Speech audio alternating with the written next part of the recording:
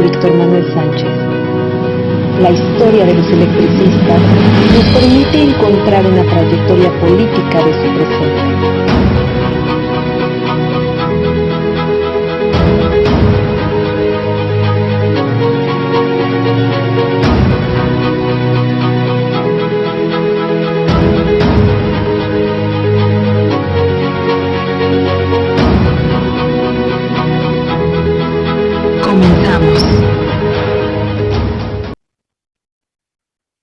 De nueva cuenta, otro lunes, otra vez en la tarde, y sin embargo el día de hoy está muy nublado.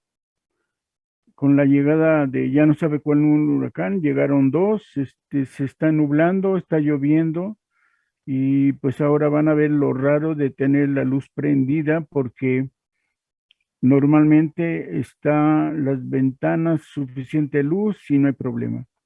En otra añoranza de electricistas, insistimos de nuevo cuento con ustedes, agradeciéndole a Radio ESME todo el potencial, toda la capacidad que nos permite estar con ustedes cada 8 días, contando, como ustedes saben, la historia del Sindicato Mexicano de Electricistas a través de pequeñas gotas de esos 107 años que está cumpliendo el sindicato. Habíamos comentado que tratamos el tema más cercano de la historia al momento y que estábamos comentando precisamente que cuando uno trata temas contemporáneos, cercanos, 8, 5, 10 años, eso es cercano, toca uno intereses personales de grupo y que se afectan, o toca uno intereses políticos fundamentales. Hemos dicho que para el caso de la extinción de Luz y Fuerza del Centro y el ataque de la burguesía contra el ESME con un golpe burgués, utilizando el instrumento estatal que dominan, que conjugan, que usan, se guardaron, dieron la instrucción que 12 años había que guardar todos los archivos directos que desde el gobierno aplicaron el golpe. Y dicen que lo hacen en su carácter de mantener la seguridad nacional. Le agregamos nosotros, no nos parece muy de acuerdo, pero bueno, es la tradición ya y está en la ley. Agregamos nosotros efectivamente que hay algunas situaciones donde los que personificaron la historia al cabo del tiempo pueden ocupar otro lugar del que venían manifestándose, o que quien ocupa la estructura de poder siente una animadversión política, por supuesto, y que a veces se procura no tocarse estos temas. He dicho yo que la historia del ESME tiene altos y bajos, contradicciones inherentes a la política interna, contradicciones inherentes a la política nacional, y que no por eso puede o no dejarse de hablar. Sin embargo, es eso lo que sucede. Por ejemplo, el personaje más controvertido de los años 40 y 50, incluso hasta los 60, que fue el secretario general Juan José Rivera Rojas, expulsado por una asamblea y de hecho con la votación generalizada de los trabajadores de aquellos años, fue cuando es expulsado. En realidad tenía una buena presencia en buena parte de los trabajadores. En Necaxa, por ejemplo, se le entrañaba, se le quería, se le había dicho que de ser necesario se fuera a Necaxa a trabajar allá, y allá le guardaban trabajo, casa, y que se mantendría cómodamente en Necaxa. El punto es que se expulsaba. y por supuesto le quitaron derechos. Por supuesto, en el momento que se jubila, se procede su jubilación. También por aquellos tiempos, cuando es expulsado, eh, empieza a trabajar en la Revista Mexicana de Electricidad, que todas las empresas eléctricas existentes en el país coordinaban, manejaban, y desde ahí se daba el punto de vista de las empresas eléctricas del país. Él trabajó ahí como director en jefe de esta revista y siempre tuvo buena relación con las empresas y con el Estado. Pues he de decirles que eh, en los años 90, en una asamblea extraordinaria, le agregaron a los temas un punto y se trata el asunto de la expulsión de Juan José Rivera Rojas. Y se le perdona, se le condona, se dice, eso ya pasó, ya fue, y se acepta de nueva cuenta su reingreso al Sindicato Mexicano de Electricistas, su reingreso incluso como trabajador, y para mí esto sería lo grave, y se le paga su deuda a nivel de salarios, y fue increíble. En esa asamblea, curiosamente, ninguno de los militantes, de los conocedores que se supone que son de la historia del ESME, reclamaron y trataron de echar abajo el acuerdo de esa asamblea. Rivera Rojas regresó y además la compañía de luz y fuerza del centro le tuvo que pagar todo lo que se le adeudaba. Entonces dice uno, no puede negar uno estas cosas. Esta es la historia del ESME. Yo he comentado que desconozco alguna carta de solicitud expresa y por tanto de aceptación de no pertenecer al PRI. Es decir, para mí, desde que surge el PRI, el ESME es parte del PRI, de los socios fundadores del PRI. En momentos importantes de su historia, sea, por ejemplo, justo del personaje que hablamos, sea después, en la siguiente década, con la unidad solidaria o alianza política que se realiza con Rafael Galván y Agustín Sánchez de Lin, y después Rafael Galván con Palomino, se hacen acciones políticas relacionadas directamente con las elecciones presidenciales, y el PRI reconoce al sindicato como socio del PRI. Es decir, esta es parte de la historia del sindicato. Nunca hemos sabido, por ejemplo, que el ESME se haya aliado o afiliado, mejor dicho, a otro partido. No está en la historia del ESME. Y por eso digo que en ocasiones este tipo de cuestiones se pretende negar o se pretende decir que no ha sido cierto. No pasó, o eran otros tiempos, lo que se quiera. Lo cierto es que así está construida la historia del sindicato. Otro día veremos los primeros años de la nacionalización de la industria eléctrica y lo que va sucediendo dentro de la empresa y las afectaciones que sufre el Sindicato Mexicano de Electricistas. Porque mientras la expectativa generalizada o absoluta de todos los miembros del ESMEA que la nacionalización traería las mejores condiciones posibles, tanto de la empresa como en beneficio de los trabajadores, no ocurrió. Empezaron los ataques empezaron agresiones, empezaron las invasiones de trabajo y la subcontratación.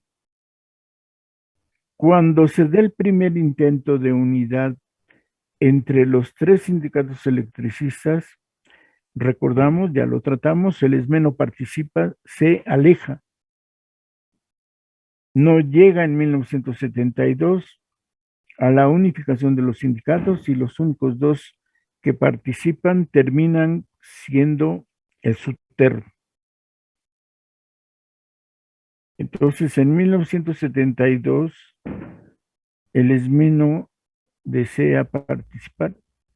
Fueron cuestiones políticas internas que dividieron la opinión y dejan de participar y no son parte de lo que pudo haber sido el SUTER.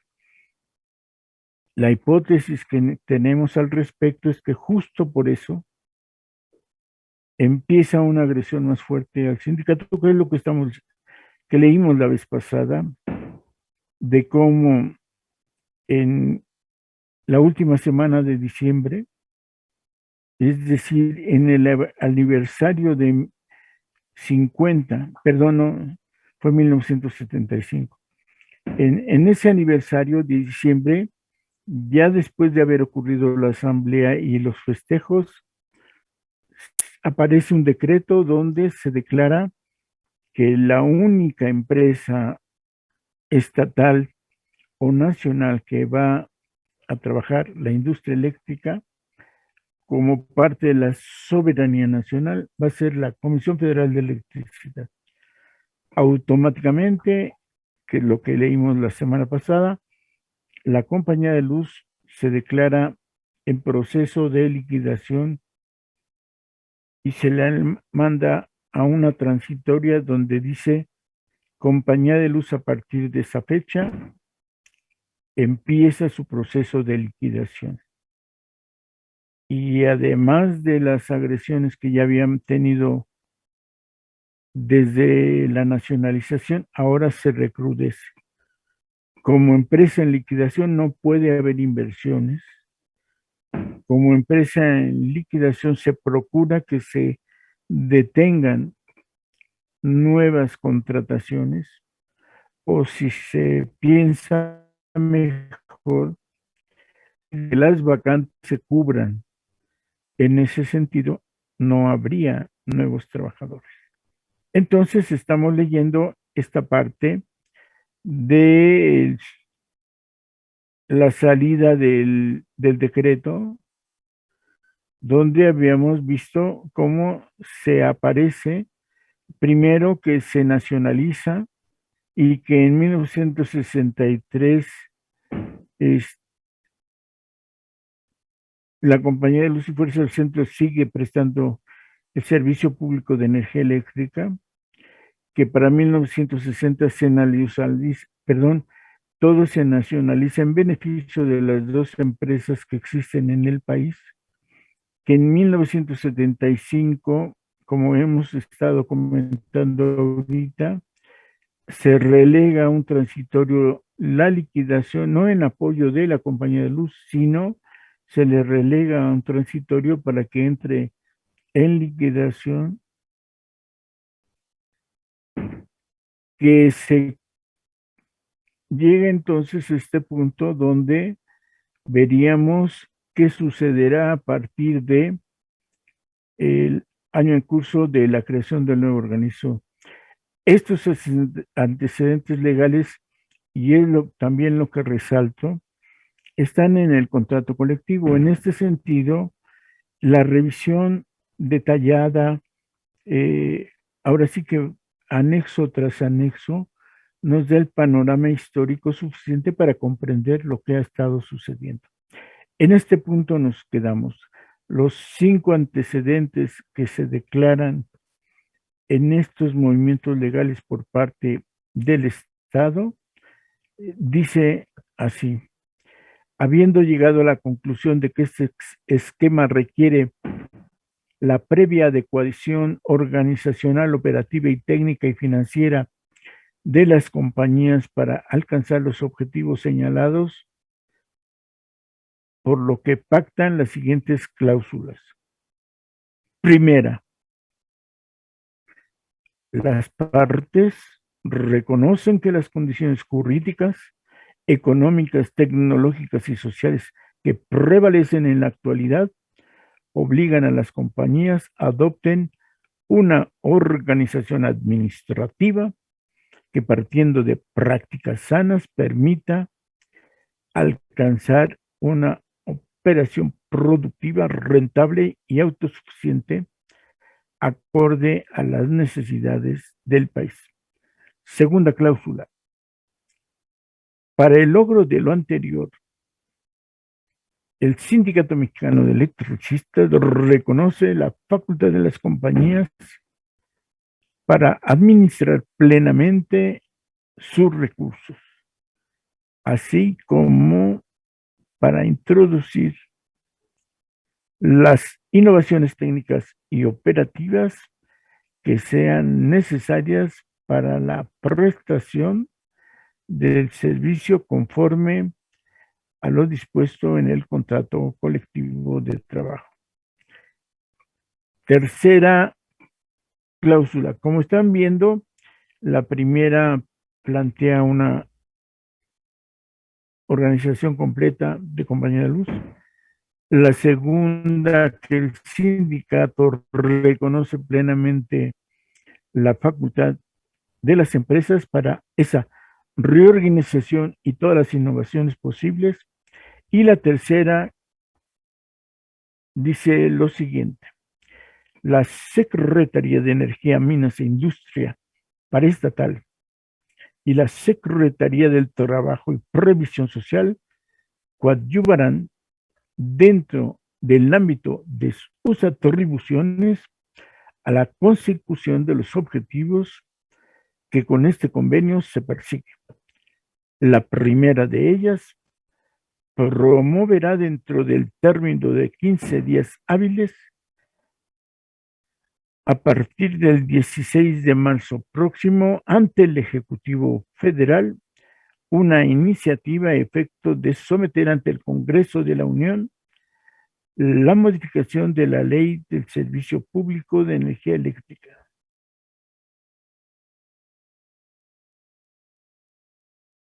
que establezca en el marco jurídico que posibilite la constitución de un organismo descentralizado con personalidad jurídica, denominación y patrimonio propios, cuya finalidad sea el suministro del servicio público de energía eléctrica en la zona centro del país, que hasta ahora ha sido atendida en términos del artículo 4 transitorio de la expresada ley del Servicio Público de Energía Eléctrica por el esfuerzo del gobierno federal a través de la Compañía de Luz y Fuerza del Centro y subsidiarias. Se garantiza la preservación de la fuente de trabajo y la titularidad del contrato colectivo de trabajo, en respuesta a las demandas que formuló el Sindicato Mexicano de Electricistas y a los compromisos que asume. Cuarta cláusula. Con base en lo anterior, las partes se obligan a que en un plazo no mayor de 6 meses contados a partir de la fecha del presente decreto, realizarán las concertaciones necesarias para alcanzar la autosuficiencia financiera e incremento en la productividad de que se habla en el presente, de tal suerte que alcancen índices equivalentes a los del resto del sector eléctrico nacional. Quinta cláusula. Como ven, aquí ya se da fecha de que en 6 meses empiezan las reuniones paritarias entre las dos partes para que se sepa cuánta capacidad financiera requiere la empresa y en qué parte de la misma se incrementará la productividad. Quinta, las partes se obligan a ratificar este convenio ante la H Junta Federal de Conciliación y Arbitraje, designándose para tales efectos a los señores licenciado Víctor Manuel Peña Castañeda por parte del sindicato y al licenciado César Luna y Feirán por parte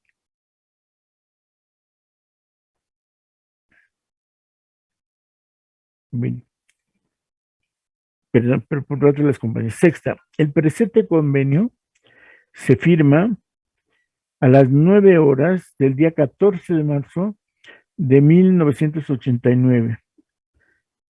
Aparecen las firmas. Y considerando que en cumplimiento de su compromiso para coadyuvar a la consecución de los objetivos contenidos en el convenio del 14 de marzo de 1989, el Ejecutivo Federal sometió ante el Congreso de la Unión la iniciativa de reformas a la Ley del Servicio Público de Energía Eléctrica, mismo que fue aprobada y dio origen al decreto del 21 de diciembre de 1989, publicado en el Diario Oficial de la Federación del día 27 del mismo mes y año, y que a la letra transcribe. Queda pues, como se dan cuenta, estaba el proceso de revisión contractual de 89 y se firma y se acuerda tanto el contrato como esta propuesta donde se va a crear un nuevo organismo donde materia de trabajo y relaciones de trabajo se establecerán con este nuevo organismo y el Sindicato Mexicano de Electricistas. Bueno, el decreto que marcan estas 6 cláusulas del decreto para crear el nuevo organismo dice así: decreto por el que se reforma la ley del Servicio Público de Energía Eléctrica, al margen un sello escudo nacional que dice Estados Unidos Mexicanos, Presidencia de la República Carlos Salinas de Gortari, presidente constitucional de los Estados Unidos Mexicanos. A sus habitantes sabe que el H Congreso de la Unión se ha servido dirigirme el siguiente decreto. Como se han dado cuenta, todo sucede en marzo.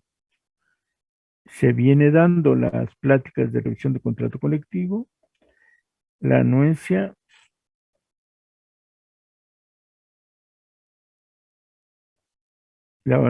que dan es los 3 sectores, el gobierno federal, la compañía de luz y el sindicato, para crear este nuevo organismo donde dice que de manera precisa, por un lado está la situación financiera y por el lado de los trabajadores la productividad. Y se concede porque de esto ya se ha hablado, como dicen las cláusulas previas. Bueno, entonces, decreto. El Congreso de los Estados Unidos Mexicanos decreta, se reforma la Ley del Servicio Público de Energía Eléctrica, artículo único. Se reforma el artículo 4 transitorio de la Ley del Servicio Público de Energía Eléctrica para que quede como sigue. Artículo 4. Recuerden que en todos los anteriores se platican breve y precisamente los cambios que la ley procuró, las consecuencias que tuvo con Compañía de Luz, y que la última consecuencia fue este artículo 4, donde el único organismo o empresa pública sería Comisión Federal. Por tanto, se va a cambiar ese donde se declaraba la absoluta y clara liquidación de la Compañía de Luz por este otro, que como decimos indica la claridad siguiente. Las empresas concesionarias entrarán o continuarán en disolución y liquidación y prestarán el servicio hasta ser totalmente liquidadas. Concluida la liquidación de la Compañía de Luz y Fuerza del Centro y asociadas compañías de luz y fuerza de Pachuca, Sociedad Anónima, Compañía Mexicana Meridional de Fuerza, Sociedad Anónima, y Compañía de Luz y Fuerza Eléctrica de Toluca, Sociedad Anónima, el Ejecutivo Federal, patrimonios propios, perdón, el Ejecutivo Federal dispondrá la constitución de un organismo descentralizado con personalidad jurídica y patrimonio propio, el cual tendrá a su cargo la prestación del servicio que han venido proporcionando dichas compañías. El decreto de creación del organismo establecerá, con arreglo a su disposición, la estructura, organización y funciones que tendrá el propio organismo para el adecuado cumplimiento de sus firmas. Este artículo cuarto, pues que sustituye al otro, declara definitivamente se va a liquidar la empresa, definitivo. Eso que se estaba procediendo en 1975 se concluye. Pero le agregan, termina liquidadas las cuatro empresas que constituían además la Compañía de Luz y Fuerza Eléctrica del Centro, y enseguida se crea este nuevo organismo con estructura, organización y funciones propias para el adecuado cumplimiento de sus fines. Dice entonces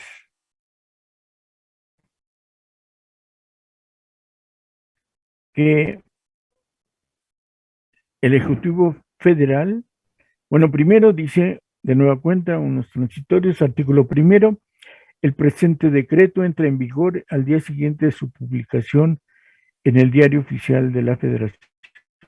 Artículo segundo, se aplicará en sus términos el convenio del 14 de marzo de 1989, celebrado entre la Compañía de Luz y Fuerza del Centro S.A.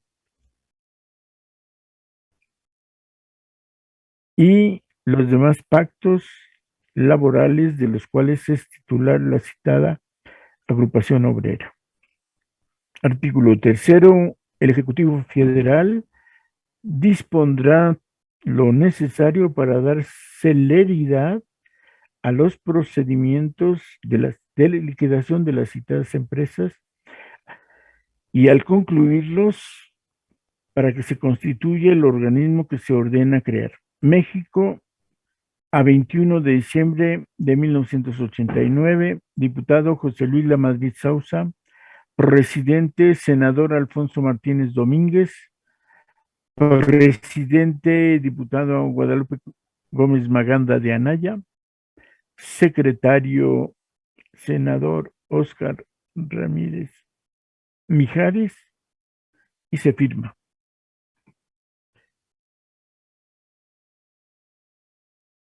Y enseguida, de nueva cuenta, aparece, insisto, todo esto está como anexos del contrato colectivo de trabajo. El que yo consulté es precisamente el de 1989.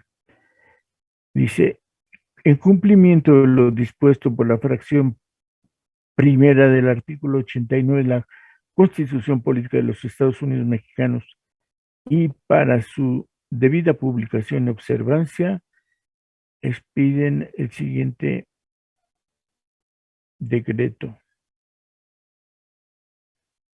En la residencia del Poder Ejecutivo Federal, en la Ciudad de México, a los 21 días del mes de diciembre de 1989, Carlos Salinas de Gortari firma y el secretario de Gobernación, Fernando Gutiérrez Barrios, firma.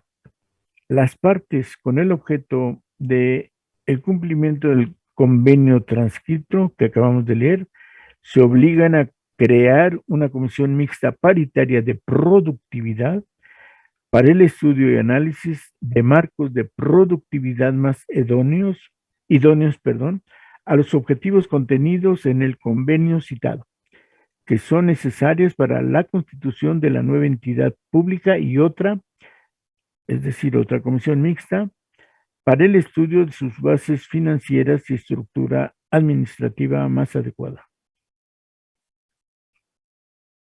y requeridas para alcanzar las finalidades del referido convenio. Todo lo anterior con independencia y sin detrimento de las atribuciones y facultades que correspondan a las autoridades federales. Cada una de estas comisiones se integrará con 5 representantes designados por cada parte. Entonces van a integrar 2 comisiones, la de financiamiento y estructuración de la empresa, con 10 miembros, 5 del SME y 5 del nuevo organismo. Y la otra, ¿no? Que igual van a tener 10 miembros, 2 comisiones mixtas de productividad y de financiamiento.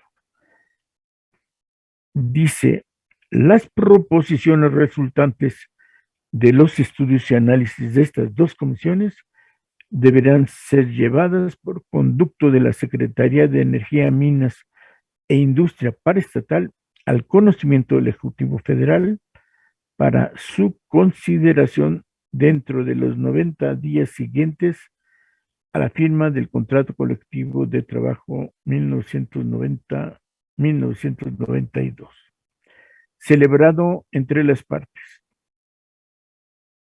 Queda claro entonces que se crean estas 2 comisiones para encontrar el suficiente o solución al financiamiento del nuevo organismo y por otro lado a la reestructuración completa de la compañía de luz.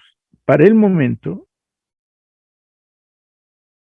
justamente en un proceso de reestructuración general del país, sobre todo económica de las empresas, por primera vez se crean comisiones de tal tipo que en ambas se va a poder crear, construir de manera conjunta, con la misma calidad e importancia de los efectos que tengan los estudios, y que además se van a replicar estas comisiones a todo el nivel de todos los departamentos, donde de nueva cuenta se van a nombrar 5 y 5 representantes para que se haga la discusión completa de toda la reestructuración de todos los departamentos y centros de trabajo.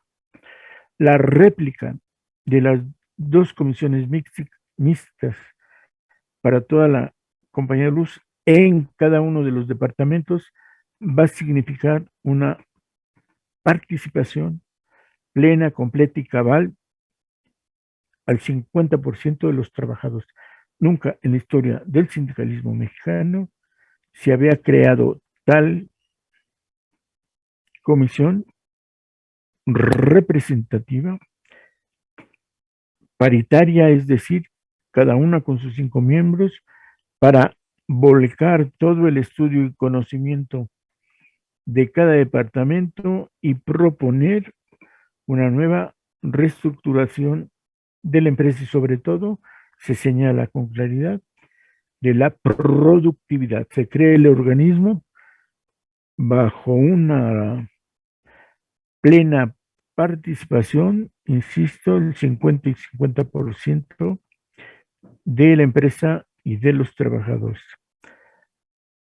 Al poco tiempo, en teléfono se va a crear otra comisión parecida, donde el punto será más o menos el mismo y dándole toda la fuerza y potencial para que estas comisiones mixtas paritarias logren un rediseño en el caso de telefonistas y acá en compañía de luz en el caso de electricistas, de tal manera que por primera vez en la historia del país iban mutuamente ambas partes decidiendo estos nuevos niveles de participación, decidiendo de manera conjunta y responsable, como lo va a indicar más adelante, los indicadores de productividad. Transitoria quinta. Esta cláusula transitoria está formada con los textos íntegros del decreto del H Congreso de la Unión, de fecha 21 de diciembre de 1989, publicado en el Diario Oficial de la Federación el día 27 del mismo mes y año, del decreto del Ejecutivo Federal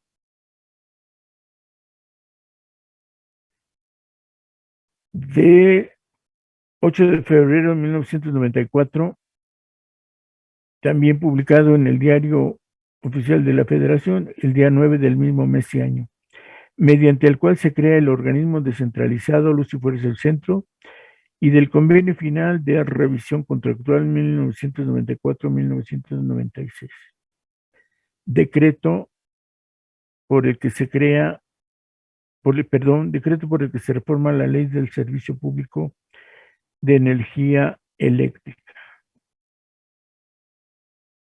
De nueva cuenta en este artículo, en este decreto, donde se menciona básicamente el cuarto transitorio, se repiten los considerando que hemos dicho, la fusión de todas las empresas, su completa liquidación y la creación del nuevo organismo, ¿no? Se menciona la fecha donde entra en vigor cuando se ha publicado y se menciona que hubo un convenio el 14 de marzo de 1989. Por tanto, el último artículo de este decreto dice: el Ejecutivo Federal dispondrá lo necesario para dar celeridad a los procedimientos de liquidación de las citadas empresas para que al concluirlos se constituya el nuevo organismo que se ordena crear. México, Distrito Federal, a 21 de diciembre de 1989,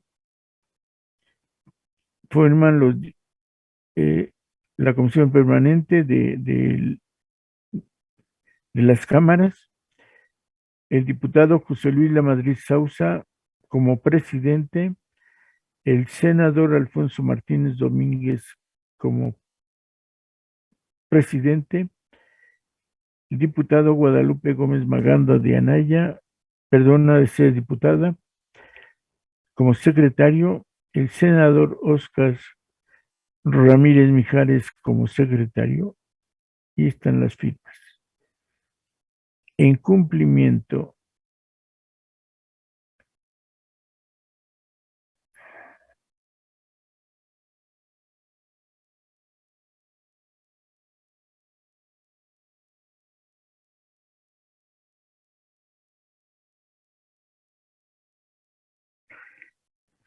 bien, después de las firmas, dice lo siguiente: en cumplimiento de lo dispuesto por la fracción 1 del artículo 89 de la Constitución Política de los Estados Unidos Mexicanos y para su debida publicación y observancia, expido el presente decreto en la residencia del Poder Ejecutivo Federal en la Ciudad de México a los 21 días del mes de diciembre de 1989. Finalmente, Carlos Salinas de Gortari firma, el secretario de Gobernación Fernando Barrios rúbrica. Se crean pues y enseguida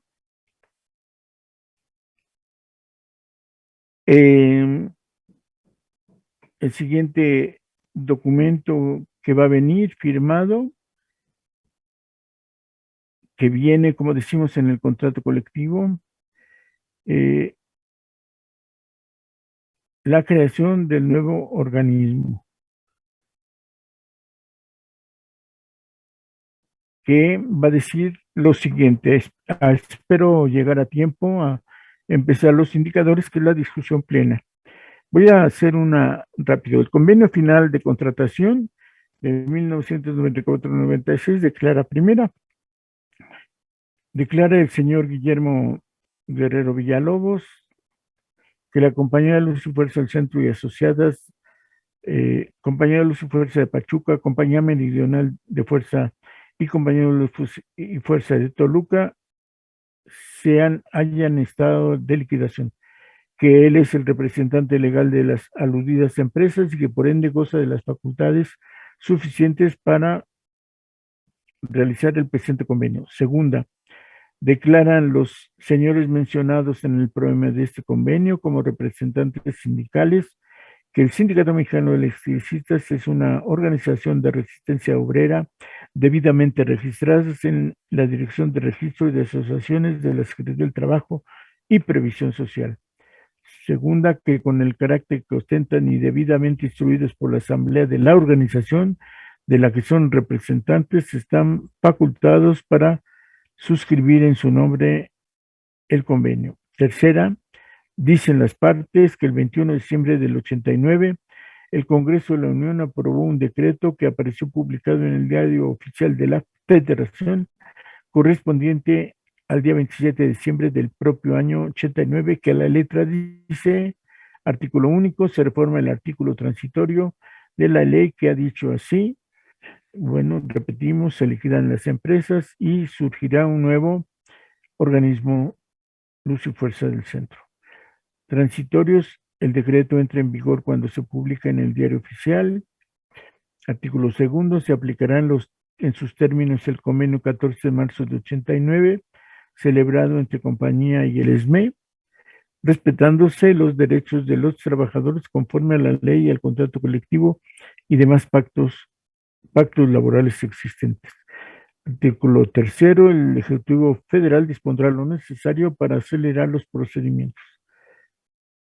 Que con esta fecha, artículo segundo, suscriben el Gobierno Federal y Comisión Federal de Electricidad un convenio modificatorio del otorgado el 25 de febrero de 1993 para la asunción de los pasivos de las compañías en favor de CFE, el cual manifiestan las partes que suscriben el presente, manifiestan conocer en sus términos y del que queda una copia debidamente firmada por los comparecientes.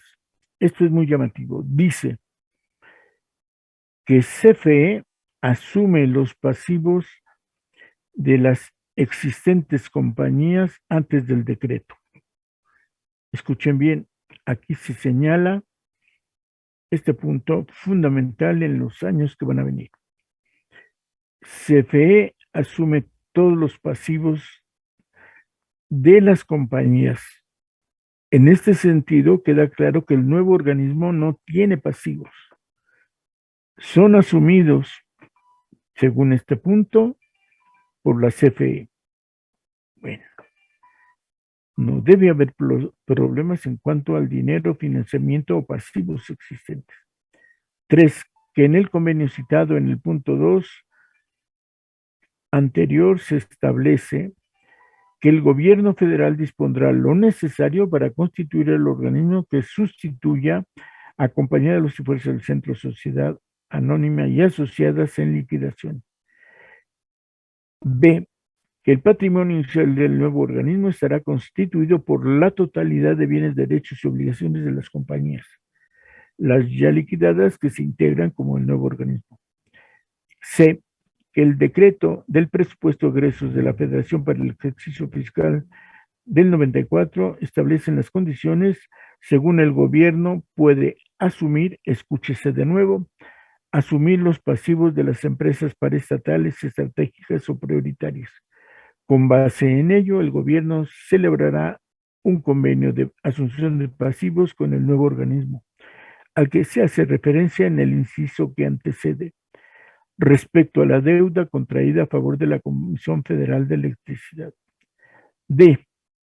Que el gobierno federal, en los términos dispuestos por el decreto del presupuesto de egresos para el ejercicio del 94, dispondrá lo necesario para coadyuvar que el déficit operativo en que puede incurrir el nuevo organismo no afecte su desempeño o su situación financiera. E. Que el gobierno aportará al nuevo organismo recursos adicionales para inversión en modernización productiva y administrativa de conformidad con los procedimientos dispuestos en el decreto del presupuesto de egresos de la Federación para el 94, según las necesidades del nuevo organismo, que el ESME tiene derecho a solicitar para decidirse a más tardar el próximo 16 de marzo la revisión del contrato colectivo de trabajo que rige sus relaciones laborales con la compañía de los esfuerzos del centro en liquidación. Recordemos que estamos hablando del día 14 de marzo, 2 días más, tiene que finiquitar la firma del contrato colectivo. Que este convenio también tiene como finalidad, dice el punto 5, modificar el convenio de productividad que celebraron las partes en 1993 en los términos que a continuación se expresan. Por lo expuesto, las partes realizan las siguientes cláusulas. Las partes en que quede vigente en sus términos el contrato colectivo quedan convenidas que tienen que celebrarlo ya y cuya revisión se pacta en este documento. Fíjense, en este documento se va a pactar la revisión del contrato. Por tanto, los trabajadores seguirán gozando de los derechos que el referido pacto les otorga, se respetará la plantilla de personal y sus derechos que corresponden a los trabajadores jubilados. Segunda, las partes convienen que para efectos de evaluar el incremento de la productividad y la mayor eficiencia de la mano de obra, que servirán de base para el incremento salarial al que se refiere la cláusula 9 del presente instrumento por concepto de productividad, así como para sentar las bases del saneamiento financiero del nuevo organismo, se establecen los siguientes indicadores. Bueno, simplemente nos vamos a quedar aquí para no dejar sin mencionarlos. Por lo menos les diré que existen 2 puntos. 1, indicadores globales y 2, indicadores de área. En el tiempo de, los indicadores globales será 1, tiempo de interrupción por usuario, el TIU. 2, número de inconformidades por cada 1000 usuarios. 3, pérdidas de energía eléctrica. 4, usuarios trabajadores totales. Usuarios entre trabajadores totales. Bien, se nos acabó el tiempo. Hemos leído todos los vericuetos legales que tenía todo este procedimiento y nos indican aquí que va a haber entonces indicadores de área e indicadores generales. Con esto, a partir de aquí, bueno, los vamos a leer y veremos cómo fueron resolviéndose aquí mismo y discutiéndose las cosas. Esto señala que en 1993 se habían fijado unos indicadores. Si nos diera tiempo la semana que entra, los veremos. Y lo más llamativo que viene aquí es que en aquella ocasión solo se marcaban los globales. Y hoy vienen los indicadores de área donde se va a mostrar este funcionamiento de las comisiones mixtas de productividad, la general y las que hicieron a nivel de áreas y departamentos de trabajo. Es muy interesante porque va a quedar claro qué es finalmente los conceptos claros, los indicadores de cada uno de los aspectos que se van a dar por áreas o departamentos de trabajo. Bien, entonces la próxima semana ya, ya llegamos finalmente a los indicadores, ya los vamos a discutir. Procuraremos explicarlos para que se vea la implicación que tiene y los resultados que poco a poco se van a ir dando. Como siempre, agradecemos a Iván Hernández de Radio ESME la estrecha colaboración que nos permite que tengamos este conocimiento, esta posibilidad de discutir, comentar con ustedes y que vayan quedando las cosas claras. Implícitamente, como sabemos, hay un ambiente político que no podemos narrar porque no acabaríamos nunca, pero que vayan teniendo ustedes presentes las fechas. 93, diciembre del 75, ahora revisión contractual del B del 94 y fundamentalmente tengan a la mano los indicadores del 93 porque son revisados, actualizados y pactados, insisto, desde las comisiones mixtas de productividad en cada departamento, donde por tanto los representantes de la Comisión de Trabajo fijaron estrategias y estas estrategias políticas se ven reflejadas en los indicadores de productividad. Gracias, muy amable. Procuraré ir con más lentitud ahora que veamos los indicadores, porque sí es uno de los temas más contemporáneos, más politizados y más complejos. Gracias. Nos vemos dentro de 8 días. Hasta pronto.